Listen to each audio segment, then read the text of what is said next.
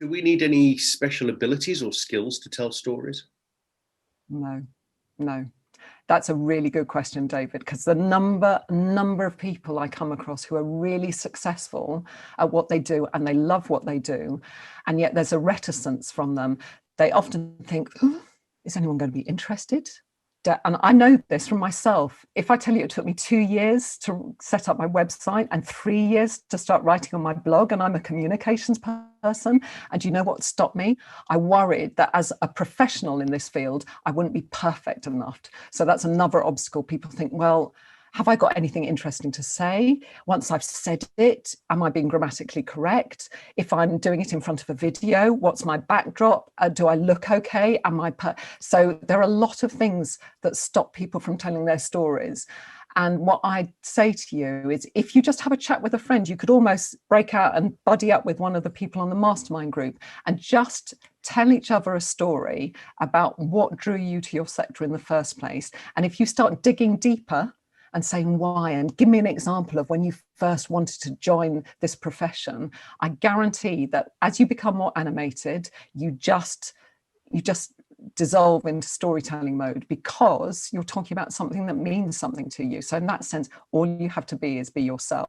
You just have to be relaxed. And I say just because I know sometimes if you're doing it in front of a video or you're sitting down to write something, you don't feel relaxed. But if you team up with, and it could be a colleague, why not buddy up with somebody in your mastermind group who can just prompt you with questions? It's the gentle nudges with questions that allow you to open up, allow you to be yourself, and then you are at your most powerful. You don't need bells and whistles. You don't need to be grammatically correct. You just be yourself. So yes, anyone can be a storyteller. Saying, how do we do it well, and where and when in a presentation do we do it, and avoid overplaying it or underplaying it, which I think is a terrific question.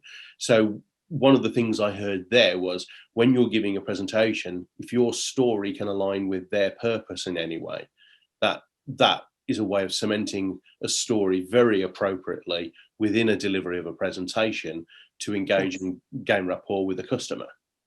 Yes. And I think what will happen is, as you start having those sorts of conversations where you're trying to find and talk about stories that illustrate different milestones. I mean, I've talked about childhood, but there'll be other times. There'll be stories, for example, you think about your favorite clients. What I mean by that are clients that you enjoy working with, that value you. And you think of stories where you've made a real difference to them. Now, they could tell those stories about you, but that impact of making a difference could be turned into your own story.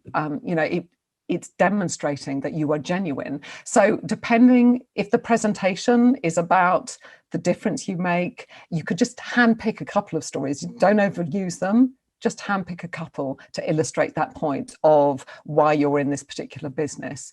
I mean, stories as well, I think they fit really well on about pages. Obviously, you can put a story in as part of your LinkedIn profile. You have to make it quite concise, admittedly. But if there's something around why I love my job, why I love my business, why I want to make a difference, with that, you have to find your own form of words, so it doesn't sound cheesy. But you can do that if you tell a story. So a challenging question. Sorry? Can I ask a slightly challenging question? Of course, you can be a majorly challenging question if you want. That's fine. Really? Okay, right. Being honest, do most customers care why we do what we do?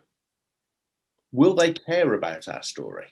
We know that they engage with stories, but do they care? Will they book on the basis of a good story? I think if you are competing for business and you've got one candidate who just relies on their CV and another candidate who explains why they're in it, I think customers do care, because I'm going to repeat myself, but I think that if you think of getting a service from a plumber or electrician, or you go to an accountant, or you go to a lawyer, you want them to care about you, don't you? You want them to want to do a good job on your behalf. If they're just trying to do the bare minimum to invoice you and just do what, as I say, the bare minimum to deliver a service, are you really going to warm to them? And isn't there an argument that says actually a lot of our business decisions are made not just by the mind, but our feelings, our heart, that we go often with our gut? So if it's about differentiating yourself from your competitors, I think, I know from experience, I remember I went off to see 2 financial advisors, and because I wanted to see who I should buy from, and one stood out, not because of his qualifications. They had the same qualifications. They were both chartered, and whatever institutes gave them that bill of good health. But one genuinely demonstrated an interest in how my life might pan out over the next 30 years.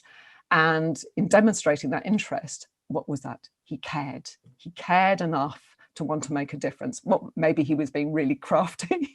I don't think he was. I engaged him, and I worked very happily with him for many years.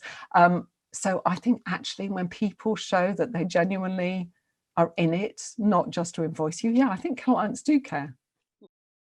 Thanks for watching. Please subscribe and hit the notification bell for more videos. Then click the TV to watch the next video. Oh, and don't forget to visit our website at davidhyner.com to claim your free audiobook. Until the next time, go Rhino. Have in it.